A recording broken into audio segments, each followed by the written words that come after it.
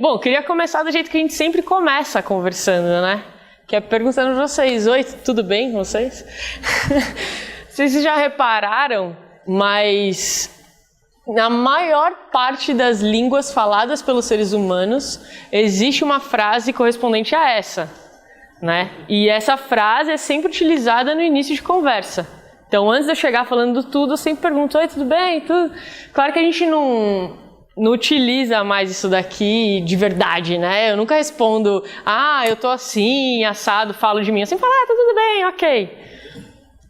Mas se a gente fosse parar pra pensar, por que será que o oi, tudo bem tá em todas as línguas? Por que será que existe essa frase? Eu acho que deve ser porque, no fundo, a gente sabe que para eu conversar com você, precisa ter uma conexão antes. Não adianta só eu chegar aqui e começar falando um monte de coisa. Precisa ter um acordo entre a gente, para a gente ter essa conversa. Então, toda conversa ela tem duas camadas, né? As palavras que a gente troca e o acordo que existe para essa conversa ser estabelecida. A comunicação não violenta, que é a minha especialidade, ela cuida desse acordo. Então, como é que a gente faz para construir mais confiança? Porque na hora que eu falar o que eu estou pensando, isso não chegue para você de um jeito que te cause reatividade, isso não chegue para você ficar na defensiva, que a gente consiga mesmo gerar mais conexão. E aí, bom, algumas pessoas aqui já me conhecem, né? Já viram o meu workshop lá, quando a gente foi para... Como era o nome mesmo? Taj Mahal. Então vocês vão ver algumas coisinhas parecidas. O bom de ver de novo é que talvez vocês tenham outras perguntas para fazer. Então fiquem à vontade também no meio da palestra para me interromper. Eu faço bem pouca palestra, em geral eu gosto mais de dar treinamento. E é uma coisa bastante interativa, né? Eu prefiro do que ficar só eu falando. Mas aí vocês vão ver que aqui na palestra eu peço a interação de vocês. Como, por exemplo, agora, que eu queria que vocês pensassem em uma pessoa que vocês admiram profissionalmente e por que vocês admiram essa pessoa. Não pode ser qualquer pessoa, pode ser um cientista, um professor, pode ser alguém absolutamente fora da academia, mas que você admire essa pessoa. E pensar assim, 3 características do porquê você admira essa pessoa. E aí eu queria escutar de vocês quais são as características. Não precisa falar quem é a pessoa que você admira, mas quais são as características.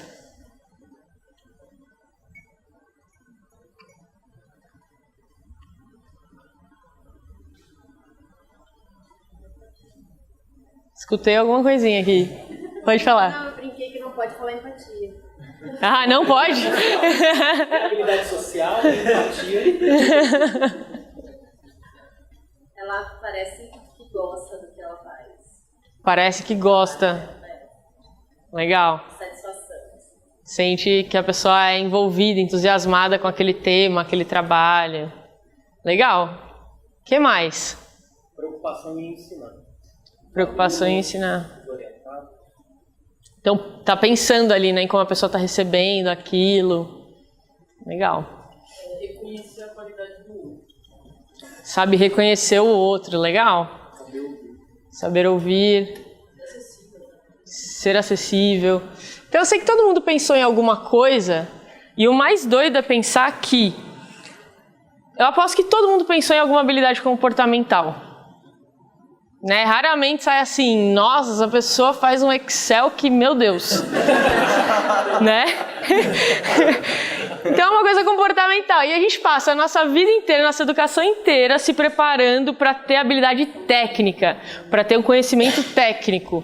E no final a gente é reconhecido pelo nosso comportamento. Né? Pela forma como a gente impacta as pessoas ao nosso redor, pela forma como a gente faz as pessoas se sentirem. É claro, eu não estou descartando o conhecimento técnico, isso é fundamental. O que eu estou dizendo é que a gente está esquecendo de olhar para esse outro lado. Importantíssimo, né? E eu queria perguntar para vocês, pensando aqui dentro, né, na academia, por que um cientista precisa ter habilidades de comunicação, de relacionamento? Então, se for para pensar bem especificamente, né, aqui na área de vocês, por que vocês acham que isso pode servir, se relacionar melhor? porque ninguém faz nada sozinho. A ciência é um processo de construção de conhecimento coletivo. É um... Faz ciência sozinho. Perfeito, é um processo de construção de conhecimento coletivo. Então está para divulgação. Perfeito. E aí, olha que louco, vocês estão pensando de novo para o trabalho ser bem sucedido, né? Então estão pensando de novo em ser bem sucedido, o que é uma preocupação legal. Acho que se vocês como cientistas forem bem sucedidos, muito bom para a ciência, né? Só que eu fui convidada para falar na Semana de Saúde Mental. E eu não queria colocar isso. Então vamos fazer uma projeto de comunicação para sermos mais bem sucedidos. Calma, vamos parar e pensar em vocês, né? Então, opa, meu Deus. Jesus. Peraí. Por que eu acredito que é importante um cientista ter essas habilidades de comunicação, e especificamente essas habilidades de comunicação não violenta que envolvem empatia e autenticidade? Porque fazer ciência é um processo vulnerável. E por que fazer ciência é um processo vulnerável? Porque é um processo de criação. Por mais que você tenha um orientador, todo um apoio para pensar, ou não tenha todo esse apoio para pensar na sua metodologia, como é que você vai fazer, por mais que a ciência ela esteja muito amarrada, né? Você não pode falar assim, eu acho tal coisa, você tem que falar, segundo Charles de 1988, tal coisa, é assim. Então, mas tem muito de você nisso. O tema que você escolhe, a metodologia que você escolhe, as opiniões que você dá, como você defende a sua ideia. Então, é um processo de criação, de dar opinião, de definir metodologia, de em alguns momentos falar em público. E todos os momentos da sua vida no qual você se expõe e você não tem garantia nenhuma de que você vai ser reconhecido, você não tem garantia nenhuma de que você vai ser acolhido, é um momento de extrema vulnerabilidade. E quando a gente está num momento vulnerável, a gente pode se transformar em diversas coisas. Tanto de querer se esconder, quanto de querer ser reativo e atacar o outro. Então, é sobre isso que eu quero falar, sobre esse momento, sobre esse cuidado que vocês precisam ter, olhando para vocês. Porque eu acho que não é muita gente que vê o cientista como uma pessoa que está num processo vulnerável. Acho que a gente vê mais os artistas, né? Mas o cientista também tá. Na hora que alguém vira para você e fala, por que você escolheu essa metodologia quando você está no final do seu doutorado? Puta merda, né? Como é que você responde essa pergunta, cara? Tipo, vai direto em você e você começar a se perguntar, será que eu sou bom o suficiente? Será que eu sei o suficiente? Então, toda vez que eu tô me perguntando isso, é porque eu tô num momento de vulnerabilidade. Então, tudo que envolve incerteza, risco e exposição emocional tem a ver com vulnerabilidade. E eu vi no quadrinho que estava aqui de chamada, né, para essa semana, achei fantástico, né? Que o doutorando vai falar que ele está com problema e fala, não, problema não, que é fraqueza falar que é problema, né?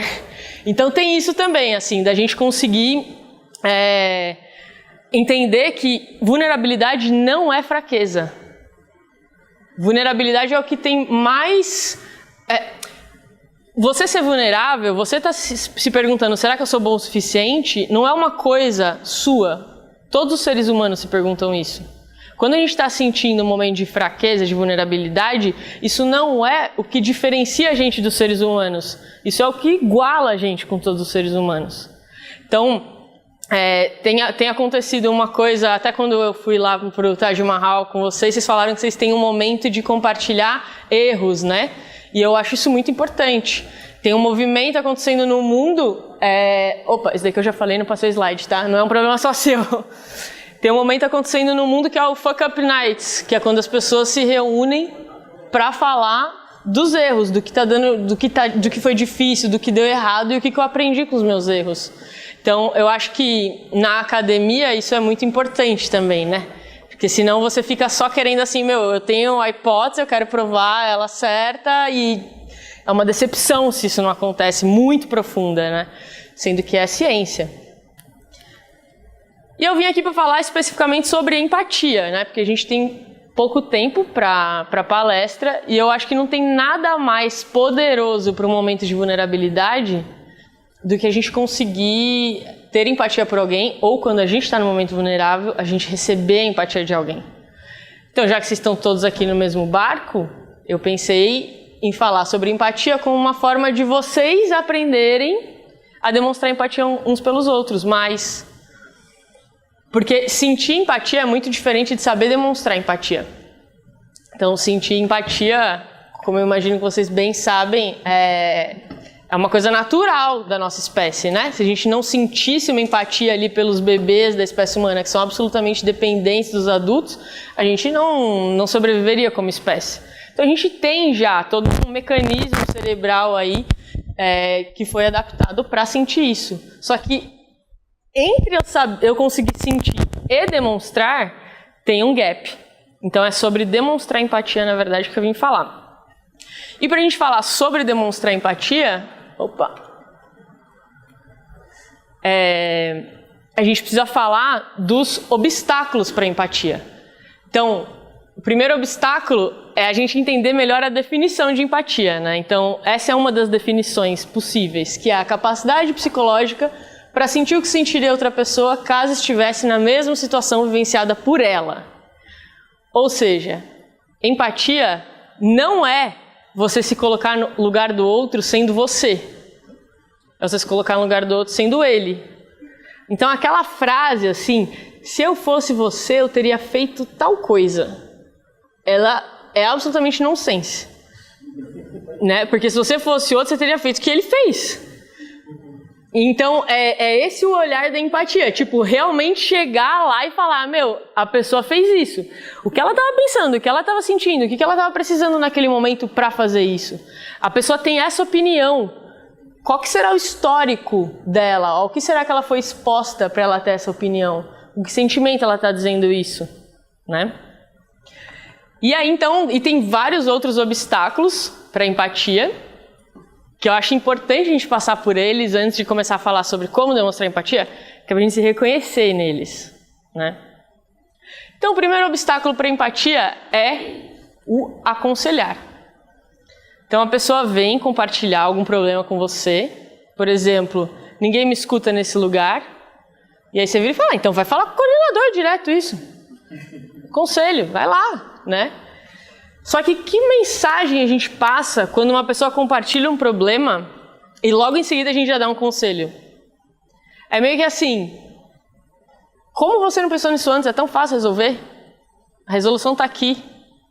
A gente faz na maior das boas intenções, porque a pessoa está compartilhando, então eu me sinto responsável por resolver. Só que esse impulso por resolver é justamente o que bloqueia a conexão ali naquele momento. Então a pessoa não quer uma solução na hora. Toda vez que eu vou desabafar, que eu tenho uma crítica, um problema, eu quero validar que aquele problema é mesmo um problema. Tipo, tá certo eu estar me sentindo assim também, né? Você acha que isso é um problema, né? Então só que você quer isso. No fundo você quer isso primeiro, antes de mais nada. E quando uma pessoa vem com uma solução, é meio assim, esse problema é resolvível logo. Se fosse você, já teria feito isso, né? Agora, é errado aconselhar? Não. Não é para parar de dar conselho, eu não quero que vocês entendam isso. Mas que existe um momento para aconselhar. Na hora que a pessoa chega com uma carga emocional para conversar com você, essa carga emocional ela precisa primeiro ser acolhida. Para em seguida você poder dar conselho. Eu acho que uma coisa boa de pensar é que quando uma pessoa vem, ela tá mal com alguma coisa, tá sufocada, tá pesada com alguma coisa, e ela vem falar com você, pensa que ela tá com o ouvido tampado. Enquanto você não, tô aqui, tô te escutando, é isso que tá acontecendo, só a partir do momento que ela sabe que você tá escutando, que o ouvido dela destampa, para ela escutar qualquer conselho, qualquer outra coisa. Então aconselhar é um obstáculo e eu acho que é alguma coisa que a gente faz com bastante frequência. Encerrar o assunto. Então, né, esse prazo tá impossível de cumprir. Relaxa, vai dar tudo certo. Sempre assim, você sempre deixa pra última hora, dá tudo certo. Né? Também fazemos com a maior das boas intenções, né? Vai dar tudo certo, positivismo. Só que quando eu encerro o assunto assim, que mensagem que eu tô passando? Não quero escutar sobre esse problema. Se vira, vai dar tudo certo. Bobeira. Né? Então a gente tem que pensar nessa coisa de boas intenções, o inferno tá cheio. É verdade, nessa nossa tendência de querer mostrar uma perspectiva diferente para outra pessoa, a gente está, na verdade, bloqueando dessa pessoa falar um pouquinho mais sobre ela comigo. Interrogar também é outro, que é a reunião foi cancelada de novo. Mas quem cancelou? Por que você está chateada com isso? Você tinha alguma coisa importante para apresentar? E fica interrogando. Né? E aí é um interrogatório de pura curiosidade, não é um interrogatório que, tipo, a pessoa realmente está interessada. É só, tipo, ela quer saber mais da situação, entende? Então, é outro problema. Que é aquela coisa, né? Meu pai morreu. Morreu de quê? Quando? Não, meu pai morreu, cara. Tipo, não quero ficar respondendo tudo isso agora. Né? Esse eu adoro. Que é o meu pior é melhor que o seu pior. Que é, né? Eu não aguento mais só ouvir crítica. Pelo menos você já definiu sua linha de pesquisa. E eu que nem tenho ainda, né? Eu tô com um problema com o meu doutorado. Pelo menos você passou no doutorado, eu que não passei. Então é um negócio assim. Você quer falar de um problema seu, a pessoa quer te dar uma noção de perspectiva de que podia ser pior, mas o que acontece? Não, então agora eu vou escutar você, porque o meu, né, você tá muito pior do que eu. Então corta total, assim, a vontade de falar mais, né? Corrigir. Então você me deixou falando sozinho. Sozinho não, tinha mais 2 pessoas lá na reunião. Que é um negócio chato também, né, de ficar muito apegado ao detalhe, assim. Eu fiz um projeto bem grande com a Gol, e aí eu como cliente, falei, gente, por favor, eu preciso falar isso pra vocês. Para de corrigir a gente, se a gente está num momento de estresse. Então, teve uma vez que o voo estava atrasado e eu cheguei para ele e falei, mas esse voo está atrasado 1 hora. E ele virou para mim e falou assim, 1 hora não, senhora, 47 minutos. Eu falei, que diferença faz? Não adianta você corrigir, sabe? Eu tô puta que tá atrasado o voo, já tô perdendo um monte de coisa. Então, não adianta em alguns momentos querer ser tão detalhista assim. Na hora que tem a carga emocional, não adianta tentar mostrar para a pessoa esse nível de detalhe.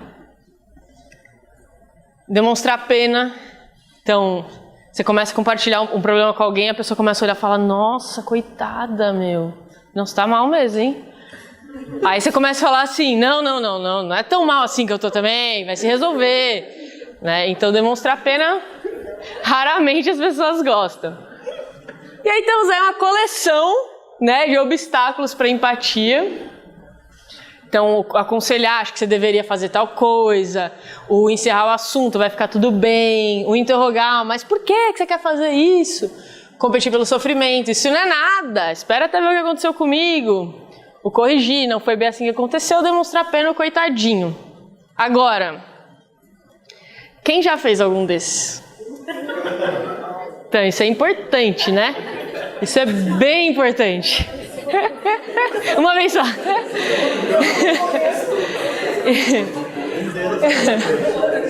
E quem já recebeu isso? No momento que precisava de empatia, alguém chegou e fez isso também. E foi horrível, né? Mas eu acho que é importante a gente ter essa consciência de que a gente faz isso.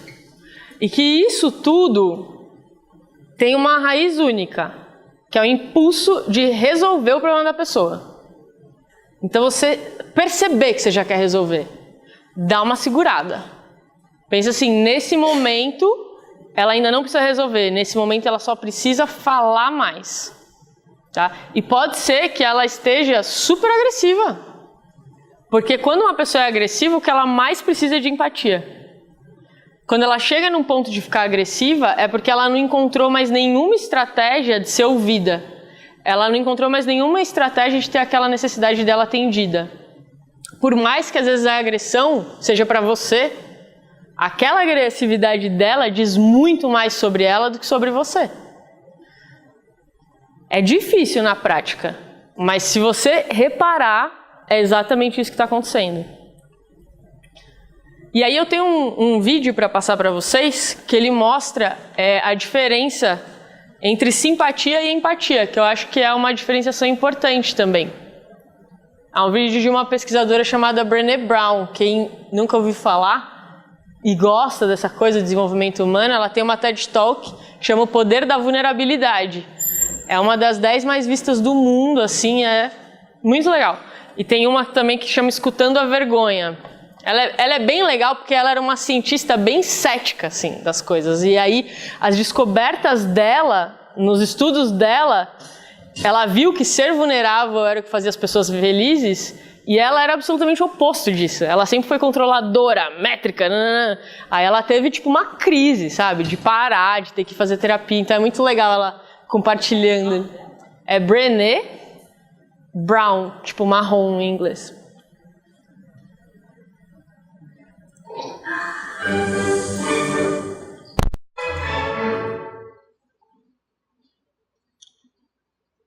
So what is empathy, and why is it very different than sympathy? Empathy fuels connection. Sympathy drives disconnection. Empathy, it's very interesting. Teresa Wiseman is a nursing scholar who studied professions, very diverse professions where empathy is relevant, and came up with 4 qualities of empathy. Perspective taking, to be the perspective of another person, or recognize their perspective as their truth. Staying out of judgment, not easy when you enjoy it as much as most of us do. Recognizing emotion in other people and then communicating that. Empathy is feeling with people. And to me, I always think of empathy as this kind of sacred space when someone's kind of in a deep hole and they shout out from the bottom and they say, I'm stuck, it's dark, I'm overwhelmed. And then we look and we say, hey, I'm down. I know what it's like down here. And you're not alone. Sympathy is, woo! It's bad, huh? No. You want a sandwich?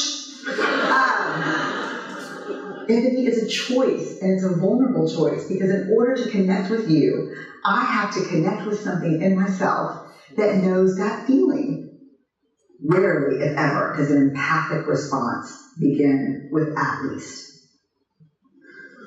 I have it, yeah. And we do it all the time. Because you know what? Someone just shared something with us that's incredibly painful, and we're trying to silver lining it.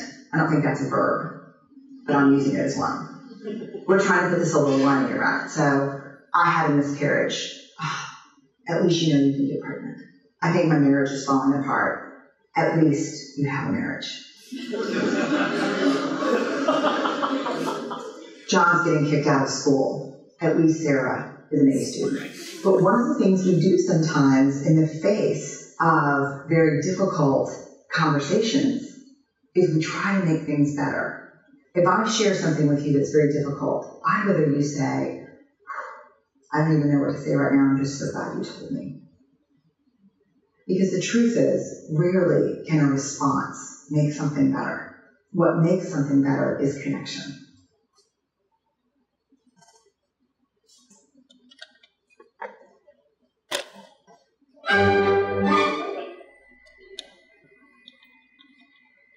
E aí, de novo, não é que simpatia é ruim e empatia é muito melhor.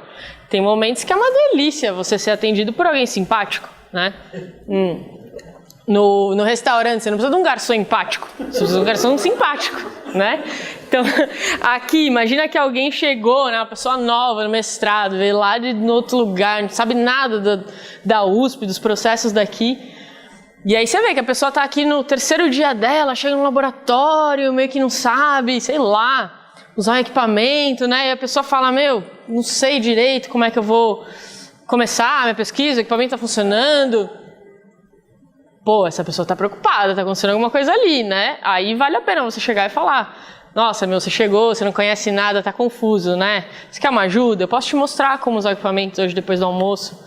Então, você reconhecer que está confuso, que está sendo um momento de adaptação, essa empatia é super bem-vinda nesse momento.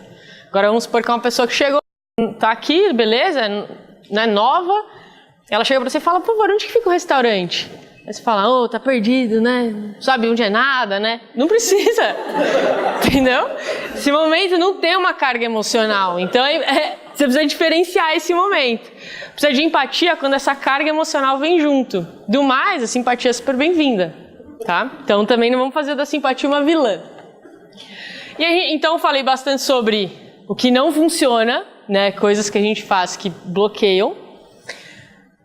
Mas então como demonstrar empatia? Se eu quiser, então, ser legal, né? Nesse momento que eu já estou sentindo uma ressonância emocional ali, como que eu demonstro para a pessoa que o que ela está sentindo faz sentido?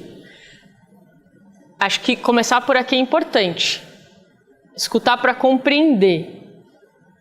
Porque quase todo o tempo a gente escuta para responder. Então, escutar não é só ficar quieto, assim, olhando. E também nem adianta se você falar, não, estou escutando, estou interessada. Mas você tem que perceber o que está acontecendo dentro de você na hora que você está escutando. Porque às vezes você está escutando, parecer uma coisinha que você não concorda, você já está tipo, vou formular tal coisa, eu vou falar tal coisa, porque isso daí não está certo. Você não dá espaço para aquilo entrar. Você não tenta compreender de verdade de onde que aquilo está vindo. Né? Então, começar por aí. E aí eu queria mostrar para vocês um case do Marshall Rosenberg, que foi o cara que criou a comunicação não violenta. E o importante disso daqui é que o Marshall ele não criou a comunicação não violenta, ele pensou assim, isso pode ser bom, falar assim, assim, assado, vamos testar. Não. Ele criou a comunicação não violenta pesquisando diálogos, conversas, pesquisando movimentos de não violência. Ele pesquisou muito Gandhi, muito Martin Luther King, para entender o que gerava conexão. E ele criou a metodologia a partir disso. E eu acho que isso é um fato importante. E eu queria mostrar para vocês primeiro o que o Marshall fez, porque ele mediava conflitos no mundo todo, assim.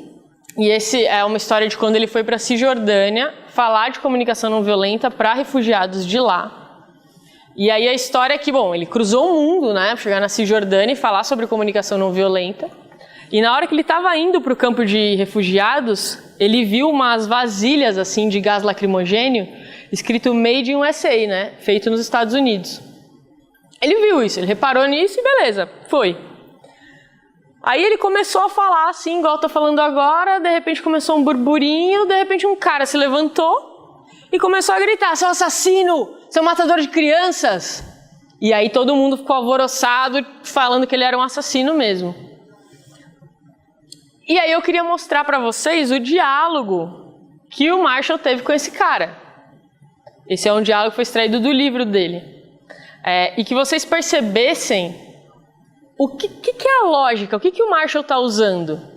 Então eu queria a ajuda de alguém para interpretar esse maravilhoso texto comigo. A pessoa vai fazer a pessoa que está brava. Então, se é uma pessoa que tem assim um espírito mais agressivo, eu agradeço. Não precisa interpretar, gente, só ler, vai. É só uma leitura dinâmica, então, vai.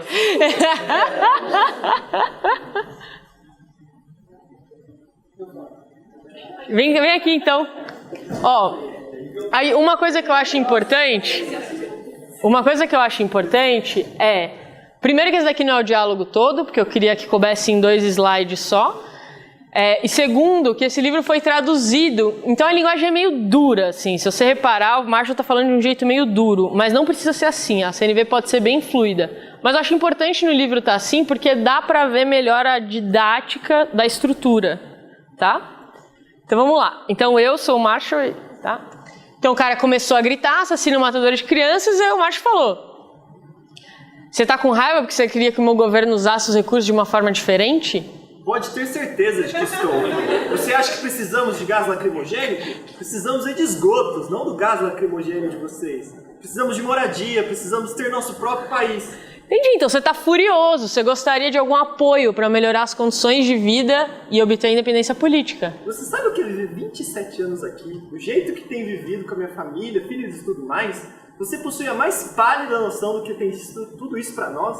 Tá me parecendo que você está desesperado e que está imaginando se qualquer outra pessoa realmente consegue compreender o que significa viver nessas condições. Foi isso mesmo que você quis dizer? Peraí. Você quer compreender? Me diga, você tem filhos? Eles vão à escola? Eles têm playgrounds? Meu filho está doente, ele brinca no esgoto a céu aberto. Sua sala de aula não tem livros. Você já viu uma escola que não tem livros? Eu tô ouvindo que é penoso para você criar suas crianças aqui. Você gostaria que eu soubesse que o que você quer é o que todos os pais querem para os filhos. uma boa educação, a oportunidade de brincar e de crescer em um ambiente saudável. É isso mesmo, o básico, direitos humanos. Não é isso que vocês americanos dizem? Por que não vem mais de vocês aqui para ver esse tipo de direitos humanos que vocês estão trazendo para cá? Ah, muito bom. Obrigada. E aí, assim, o diálogo continua. Até no livro, o Marshall fala que eles ficaram, tipo, 1 hora. O Marshall aqui, escutando o que será que esse cara quer falar, o que será que esse cara quer falar. E aí, no final, esse cara convidou o Marshall para jantar na casa dele. Tipo, viraram brothers, né? O nome do livro é James Marshall. Não, desculpa. O nome do livro é Comunicação Não Violenta, do Marshall Rosenberg. E aí eu queria que vocês me dissessem o que o Marshall fez e o que ele não fez, que vocês acham que gerou essa abertura para o cara continuar falando mais dele, para o cara continuar falando mais do que estava afligindo ele. Parece que ele repete o que a pessoa falou, mas com outras palavras, outras formas. Acrescenta novas. É muito louco isso, né? É isso mesmo. É o parafrasear aqui que ele está fazendo, que é repetir com as próprias palavras o que ele entendeu do que o outro disse. A primeira reação que você tem quando o cara te chama de assassino, né? Você quer se defender para poder a plateia falar assim, não, peraí, a primeira coisa que eu devo falar é que eu não sou assassino. Exato. Essa é a primeira coisa que eu pensaria. Exato. Ele não fica na defensiva, né? Ele pensa, de onde será que está vindo isso? E aí a única coisa que ele tinha era aquilo que ele viu, Made in USA no gás lacrimogêneo. Então ele pergunta, você queria que meu país estivesse usando os recursos de uma forma diferente? Que isso que eu falo que é a dureza daqui do livro. Ele poderia estar falando outra coisa, ele poderia falar, é que você sabe que as armas que estão aqui é os Estados Unidos que está oferecendo. Por isso, eu sou americano, você está me chamando de assassino por causa disso? Então, né, tem um jeito que poderia ser mais direto, mas tá aí, né? E ele realmente está parafraseando. E eu sei que parece estranho de início, mas é muito louco se vocês tentarem saindo daqui, e a gente tem a oportunidade de testar isso daqui todos os dias. Como que funciona? E funciona porque a pessoa, ela começa a falar mais sobre ela. E é muito louco, né? Olha tudo que esse cara queria dizer. Olha tudo que ele tinha dentro dele para falar. A única coisa que saiu foi assassino matador de crianças. E ele não é uma pessoa má por falar isso. Ele só não conseguiu falar isso. Ele só conseguiu falar mais do que estava dentro dele quando alguém estava disposto a escutar de verdade. Quando alguém ajudou ele a desenrolar as ideias. E aí o momento da empatia é legal também por causa disso, porque quando alguém te oferece empatia, você consegue se escutar. Ela dá espaço para você falar mais sobre você. E aí tem um conceito básico da comunicação não violenta, que se fosse para vocês pegarem um conceito dessa palestra assim, para lembrar, eu gostaria que fosse esse. Que é, por trás de todo comportamento existe uma necessidade. E toda agressão é uma expressão trágica de uma necessidade não atendida. Achei que era uma pergunta. E a gente discute por comportamento. A gente se desentende por comportamento. Então eu tô assim porque você fez tal coisa. Aí você vira pra mim e fala, mas eu também só tô assim porque você fez tal coisa. E aí a gente fica vivendo desse jeito, assim, né? Ó, o dia que você mudar seu comportamento, eu finalmente vou poder ser feliz. Porque é esse seu comportamento que está me impedindo a minha felicidade. Enquanto que se a gente entendesse, por trás desse comportamento tem uma necessidade, por trás do meu também tem uma necessidade. Vamos trazer essas necessidades aqui para a mesa e conversar sobre que acordo a gente pode fazer para tentar atender o máximo dessas duas. Né? Que foi o que o Marshall estava fazendo ali. Então, a minha sugestão, se vocês quiserem demonstrar mais empatia pelos outros, é se tornarem investigadores de necessidades. E aí tem aqui um exercício para a gente fazer nesse sentido. Então imagina que chega uma pessoa falando essas frases para você. Né? A pessoa vira para você e fala assim, mas por que você tem que fazer tudo tão complicado? Sempre. Já dá uma vontade, né? É complicado, você né? Agora, se a pessoa está reclamando que está tudo muito complicado, o que é que ela quer? Ajuda.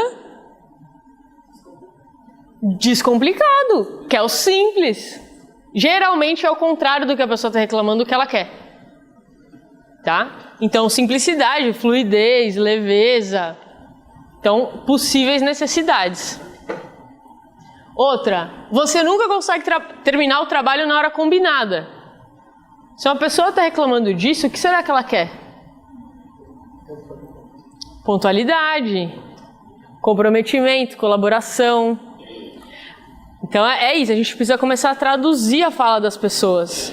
Que necessidade que está por trás desse comportamento, que necessidade que está por trás dessa reclamação.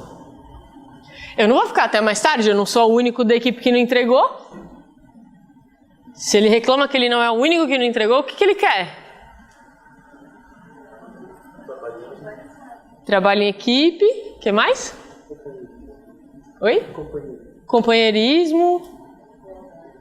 Comprometimento, justiça, né? Igualdade. Então, eu quero... Você está cobrando de mim? Cobra de todo mundo, né? Você sempre fica criticando tudo. Eu não aguento mais. Se a pessoa está reclamando que ela não aguenta mais crítica, o que ela quer? Reconhecimento, compreensão, valorização, né? Quem que namora, é casado aqui? Alguém? Tá, então imagina que a pessoa só te critica. Aí você vira pra pessoa e fala isso, você só me critica, eu não aguento mais. E a pessoa vira pra você e fala assim, faz tempo que eu não valorizo o que você faz pela gente, né? Como que seria escutar isso? Que é exatamente a sua necessidade. Então, você escolheu uma forma absolutamente trágica de expressar a sua necessidade. Só que se a pessoa ouvia a necessidade por trás, e era isso que o Marshall fazia, ele escutava a necessidade por trás, por isso que não pegava tão no pessoal dele. Porque ele sabia que a agressividade do outro diz mais sobre ele do que sobre eu, né? Que regra estúpida! Quem teve essa ideia? Aí foi você que criou, né? Tipo, a ideia. Ótimo! Matar, né? Você acabou de chegar, tá achando que vai... Então, se a pessoa, ela tá... achando que a regra é estúpida, o que ela tá precisando? Por que será que a regra é estúpida? Que consequências pode estar tendo no dia a dia dela?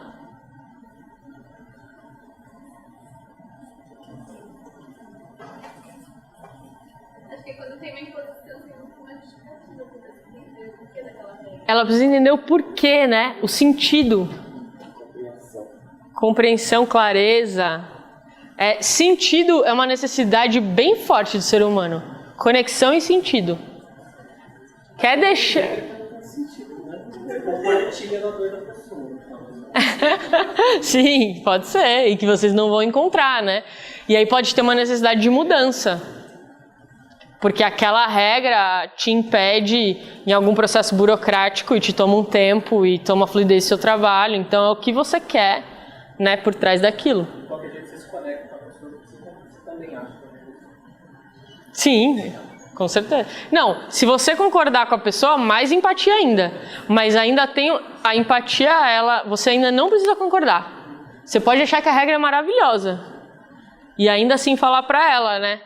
Putz, essa regra, toda vez que você chega nessa etapa do processo, você perde um tempão, né? Você tá entendendo? Imagina. Talvez aqui o caso não seja nem explicar o sentido da regra, porque a pessoa nunca vai sentir alguma coisa agredida, porque você está revelando uma coisa que estava clara e que ela não viu, entendendo? Mas assim, o que essa regra tem impedindo ela de fazer? Isso. E aí você pode falar pra ela, né? Toda vez que isso acontece tal coisa com você... é um saco, porque daí eu tenho que fazer isso, daí eu perco tempo com fulano. Então a pessoa continua falando. E uma coisa importante da empatia é que você não precisa acertar em falar da necessidade ou do sentimento. Tipo, várias vezes eu estava escutando alguma amiga assim, e eu falava, meu, você tá triste, né, com isso? E ela falava, não tô triste, eu tô nervosa.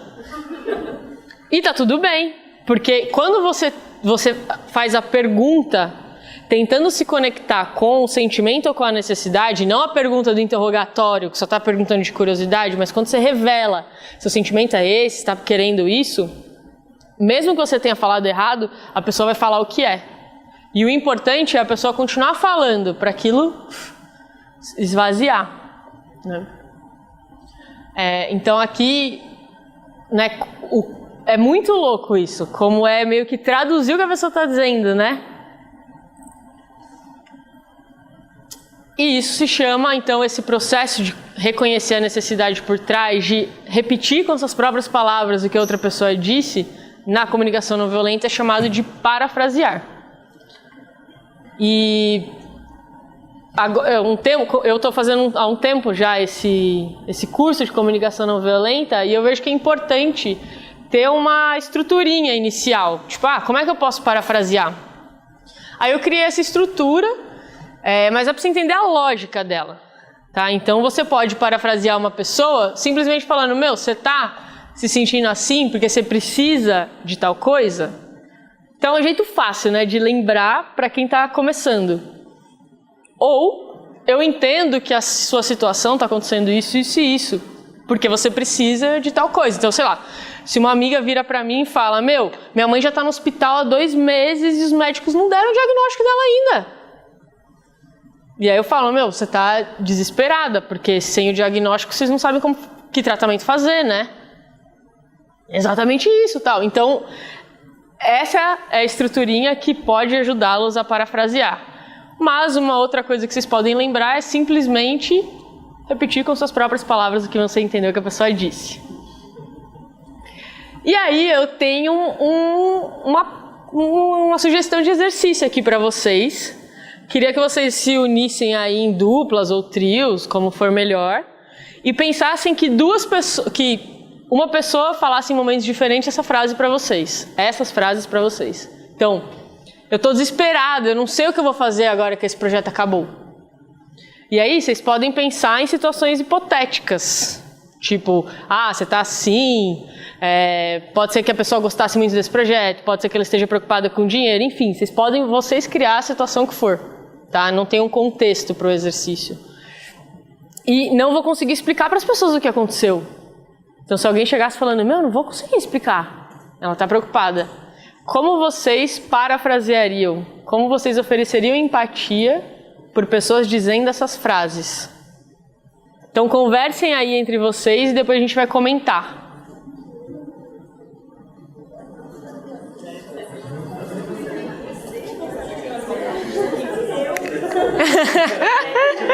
Já compete. Relaxa, pagando para ele fecha dos caras.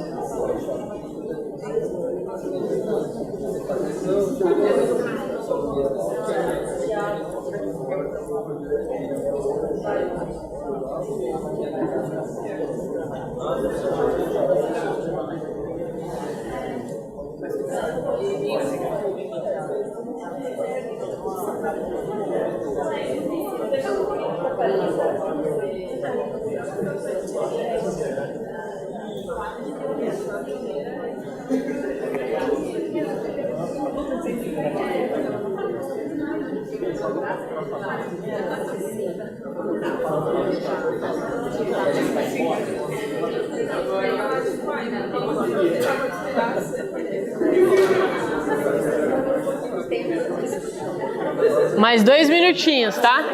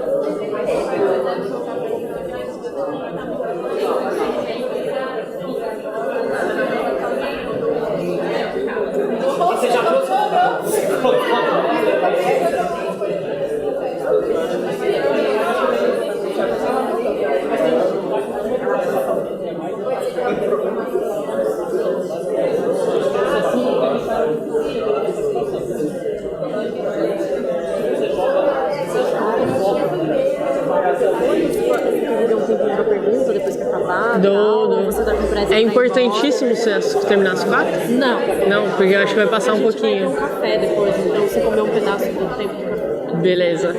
Tá. Mas é que eu não sei se você tá com pressa pra ir embora e tal. Não, tô tranquila. Deixa eu perguntar, legal. Vamos lá, vamos dar uma comentadinha. Queria saber como que vocês ofereceriam empatia para alguém que chegasse dizendo: meu, tô desesperada, não sei o que vou fazer agora que esse projeto acabou. O que vocês pensaram aqui?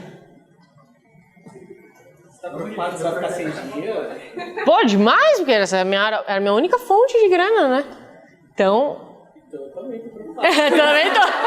Então agora ferrou.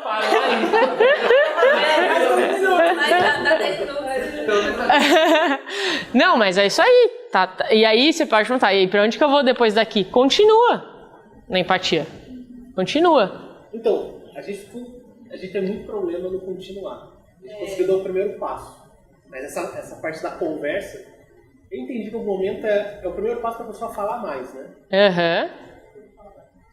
Mas pode virar uma depressão mútua. Assim, em qualquer situação. De verdade. Aham. E você falou que é quase como se você estivesse transferindo meio foco para você. Se você falar e passando por isso também, não é empático, né? Eu estou jogando o foco aqui, eu também tenho esse problema, agora eu vou desabafar com você. Mas a pessoa que veio de cultura desabafar. Então. A linha entre essas coisas me parece, sei lá. E aí, isso que eu passei para vocês, dos obstáculos para empatia, eles são para a gente evitar, para aumentar nossas chances de construir uma conexão com a pessoa. Mas pode ser que essa pessoa com quem eu estou conversando, eu já tenho uma conexão com ela. E pode ser que se eu contar a minha história, isso não vai ser um obstáculo, vai ser um tipo: putz, que bom saber que eu não sou a única pessoa que está mal. Você só tem que checar. Tem momentos em que alguém vira e conta uma história e é maravilhoso.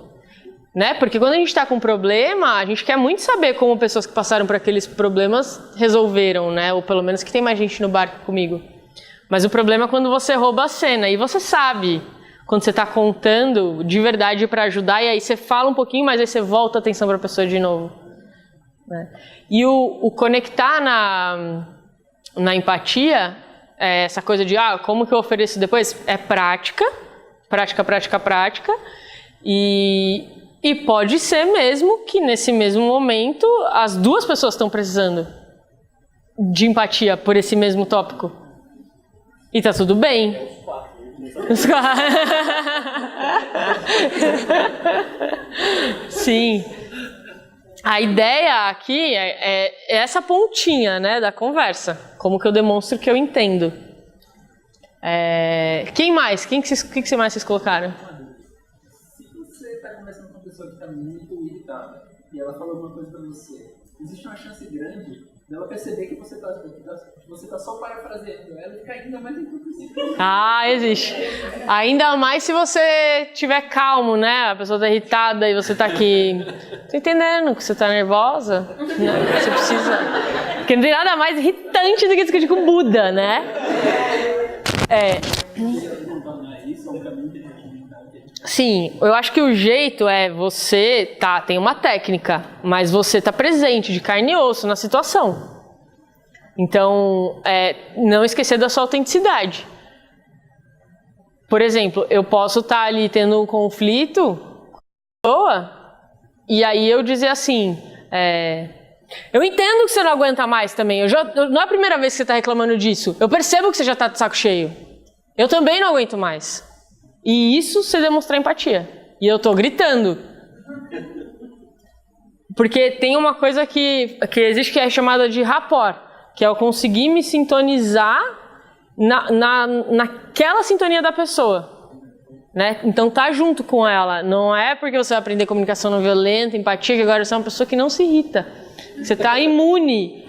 Não, melhor se você se contagiar mesmo. Melhor se você for de carne e osso.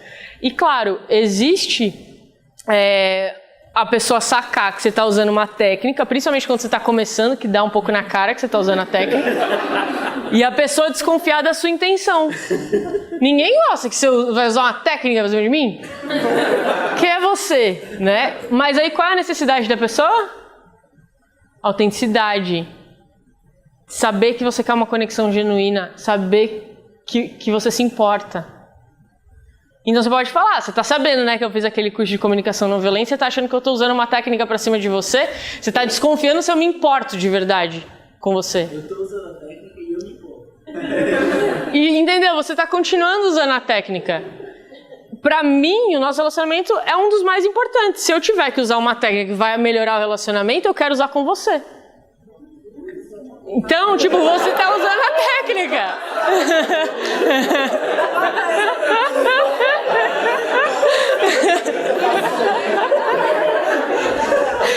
Mas tem que ser de verdade, entendeu? Tem que ser de verdade.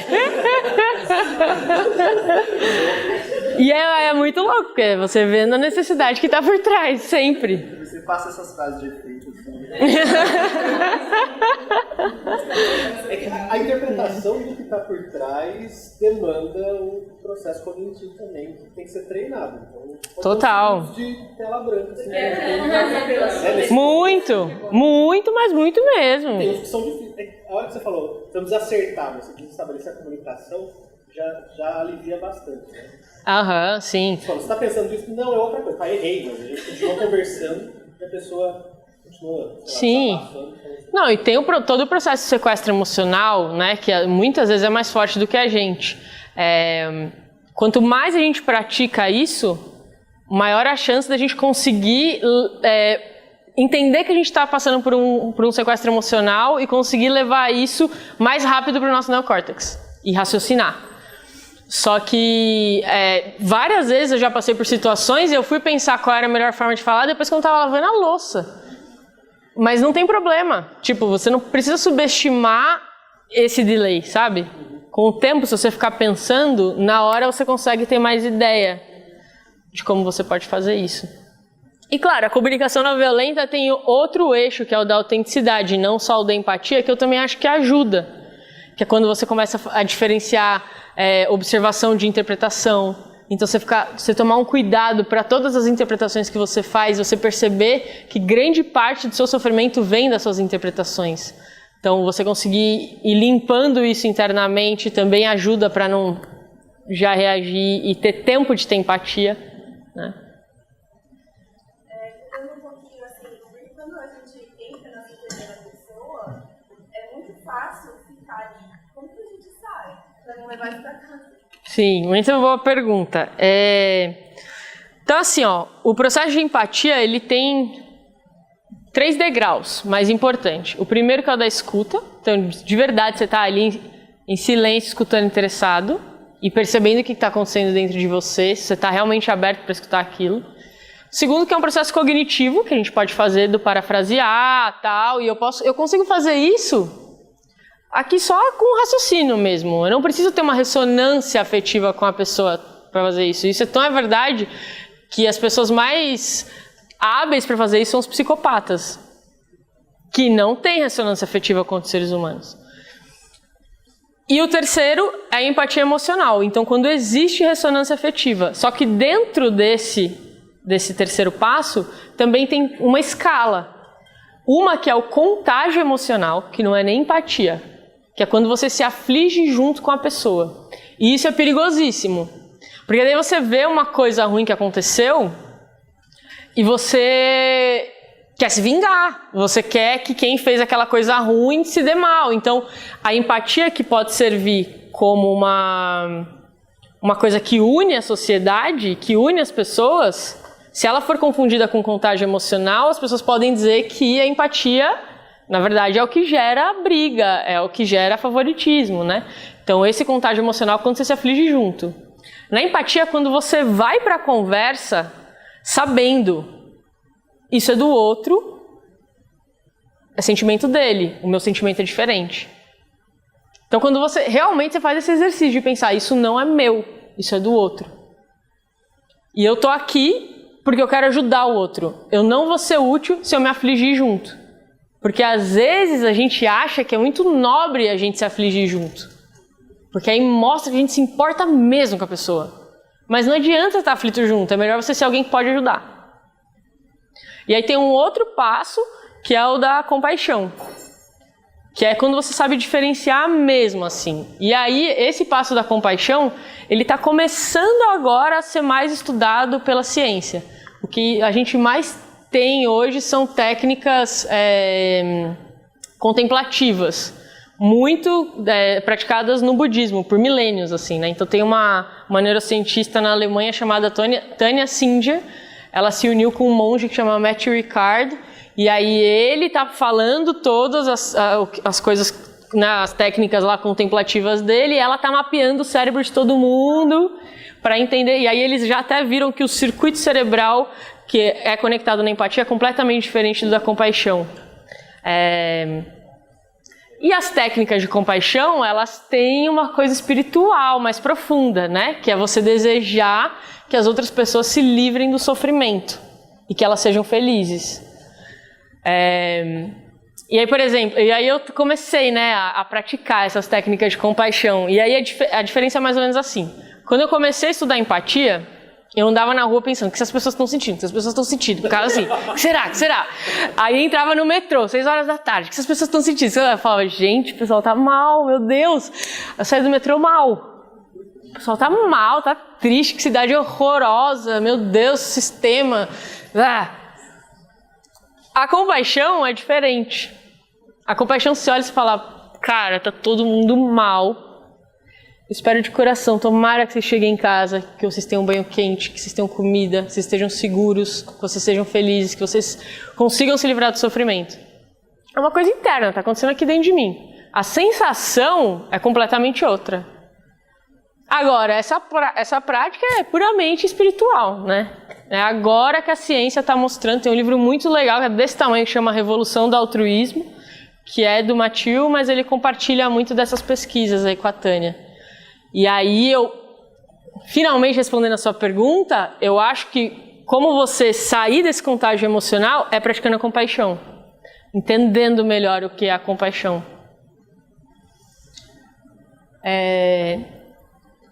E para a próxima pergunta, para a próxima frase do exercício, eu não vou conseguir explicar para as pessoas o que aconteceu.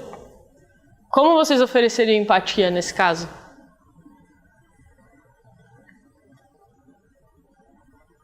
Você está preocupada com o que os outros vão pensar de você?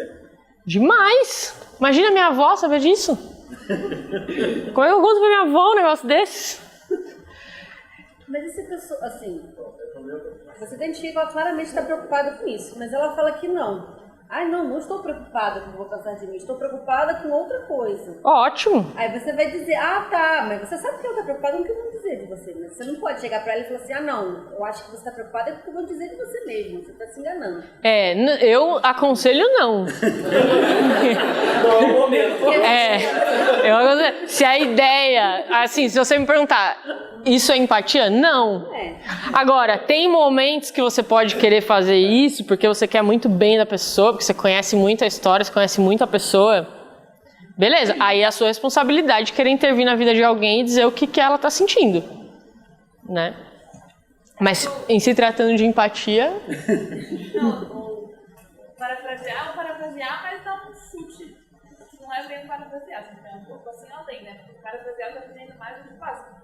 Tá preocupado porque vai ser difícil de explicar? Eu não tô colocando o porquê lá. Mas só parafraseando, sem dando um chute. Sim, mas o chute, se for tentando conectar com o sentimento ou com a necessidade, está dentro dessa proposta de empatia cognitiva. Tá? Mas por definição, parafrasear não seria falar uma necessidade, mas aqui dentro da comunicação não violenta envolve também você fazer um chute. Sim. Se você estiver ali naquele contexto, né, e conseguir imaginar. 10 minutos, tá bom. Eu queria fazer essa partezinha aqui do vamos criar um momento para vocês conversarem aí entre si e tentar praticar isso, mas eu acho que isso tomaria os 10 minutos. Eu acho que vocês vão ter tempo de fazer isso após a palestra. E eu vou deixar o meu contato aqui, caso vocês queiram tirar qualquer dúvida depois disso, caso eu possa ajudá-los em qualquer conversa difícil, então eu vou pular essa parte, tá bom? E aí uma coisa importante é quando chega de empatia, né? Porque também, senão você fica ali, a pessoa já tá tipo, vamos sair da minha breja, não quero mais falar disso, né? Sei lá, chega, era só um desabafinho. Então, quando chega de empatia, é quando você sentir que, beleza, esvaziou, a pessoa já falou. E você sabe, você sente isso. Claro que tem pessoas que são mais sensíveis para isso, tem pessoas que são menos, mas se a sua proposta é realmente estar ali para escutar a pessoa, confia aí no seu time, confia na sua sensibilidade para sentir isso. E uma coisa muito importante que é reconhecer não é concordar. Tem uma história do Marshall que ele fala da história de uma enfermeira que, eu acho que eu contei isso lá para vocês, da enfermeira. Eu adoro essa história. Que ela não podia deixar um paciente que estava internado há mais de um mês se levantar da cama, porque o médico passou essa ordem para ela. Se ele se levantar, ele pode ter sérias complicações. Só que o paciente está mais de um mês internado, já começou a formar mais cara, né? As costas dele estão doendo muito. Então ele está vendo na oportunidade de levantar, de aliviar um pouco essa dor. Aí imagina uma enfermeira que chega e fala assim, o senhor não pode se levantar. Por ordem médica você pode ter complicação, então não posso deixar você se levantar. Do que outra que chega e fala, eu estou entendendo, senhor, você está aqui internado há mais de um mês, está começando a formar mais cara nas suas costas, isso dói pra caramba. E você está querendo levantar para tentar aliviar essa dor. Eu não posso, por ordem médica, te deixar se levantar, porque senão pode acontecer isso, isso e isso. Agora, eu estou vendo que o senhor está sentindo dor, o que a gente pode fazer é tentar virar o senhor de lado, eu deixo um travesseiro aqui, de repente posso até ver se o auxiliar pode vir aqui e passar um pano nas suas costas. Por qual enfermeira você gostaria de ser atendida? Aí as pessoas falam, mas Carol, então, demonstrar empatia ao trampo, que essa mulher ficou ali falando, leva tempo, né? Que paciente vocês acham que vai dar menos trabalho? Então, isso leva ao título da palestra, né? Quem tem tempo de ter empatia? Porque tem muita gente que olha e fala, nossa, é tão complicado. Pode ser complicado conseguir traduzir o que as pessoas estão falando, o que elas estão precisando, o que elas estão sentindo. Mas a longo prazo, isso tem tanto poder de gerar confiança. E tudo que a gente quer é poder confiar nas pessoas, tudo que a gente quer é poder fazer parte, pertencer de um grupo, né? Então, contra todos esses processos de vulnerabilidade, de exposição e de incerteza que vocês passam aqui, ainda mais nesse momento da ciência no Brasil, eu acho que empatia é uma enziminha aí que pode ajudar. a criar essas pontes aí de conexão, né? E de, pô, estamos todo mundo no mesmo barco mesmo. E aí, eu queria só deixar falar umas coisinhas finais, porque foram coisas que apareceram quando a gente estava lá no Taj Mahal conversando, né? E foi o último contato que eu tive com pós-graduantes foi ali, então eu quis trazer para cá também, que diante de tantos processos que vocês têm de exposição e de vulnerabilidade, de pensar, será que eu sou bom o suficiente? O que será que vão achar de mim? Acho que dá para se preparar um pouquinho e se preparar no sentido de usar o que eu acabei de falar aqui, que é a questão da empatia, que é pensar qual é a pergunta ou as perguntas que você tem mais medo que te façam. Né? E aí quando a gente estava lá apareceram, por que você escolheu fazer essa pesquisa? Por que você faz a pesquisa dessa forma? Se pudesse fazer diferente, como você faria? E a sua pergunta? Qual é a pergunta que você tem mais medo que te façam? Nomeia ela e começa a pensar em respostas, porque se ela é a pergunta que você tem mais medo, começa a se preparar para ela. Conversa com outras pessoas a respeito dela. Em processo de banca e entrevista, fundamental você ter empatia por quem está na banca, por quem é o entrevistador. E não precisa necessariamente ser uma empatia do que essa pessoa está sentindo, o que ele está precisando, mas simplesmente de onde vem essa opinião. Com qual lente essa pessoa está olhando para ter essa opinião. Então, saber um pouquinho do histórico daquela pessoa, do histórico da pesquisa daquela pessoa, para ter consciência da lente que ela vai estar usando para te avaliar.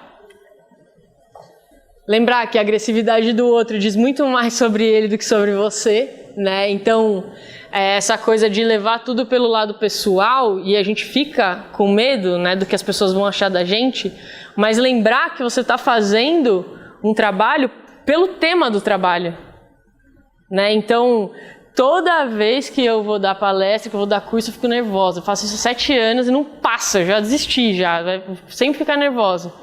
E o que me faz continuar é pensar, não é sobre mim, eu não quero sair daqui provar, a Carol é legal, eu não vim aqui para isso. Eu vim aqui para vocês pensarem, putz, empatia pode ser um caminho. Se eu estiver diante de uma pessoa e eu preciso ter uma conversa difícil, um dia eu vi lá naquela palestra que tem, eu vou pesquisar mais aqui sobre comunicação não violenta. Então eu estou aqui por causa do tema. Né? Então que vocês também trabalhem por causa do tema de vocês, porque para vocês esse tema tem relevância, você quer levar ele para o mundo por algum motivo, você quer enriquecer esse tema por algum motivo. E aí lembrar também que a vergonha, toda vez que a gente está falando de vulnerabilidade, é impossível falar de vulnerabilidade sem falar de vergonha. A vergonha está muito mais no nosso dia a dia, no nosso cotidiano, do que a gente imagina. Essa história de, eu sou sem vergonha, não é nada. Toda vez que você pensa, se você tem receio do que os outros vão achar do que você fala, se você tem receio do que os outros vão achar do que você veste, se você tem receio de alguém descobrir alguma história sua, se você finge não se importar com uma coisa quando na verdade você queria muito, tudo isso é a vergonha que está te permeando.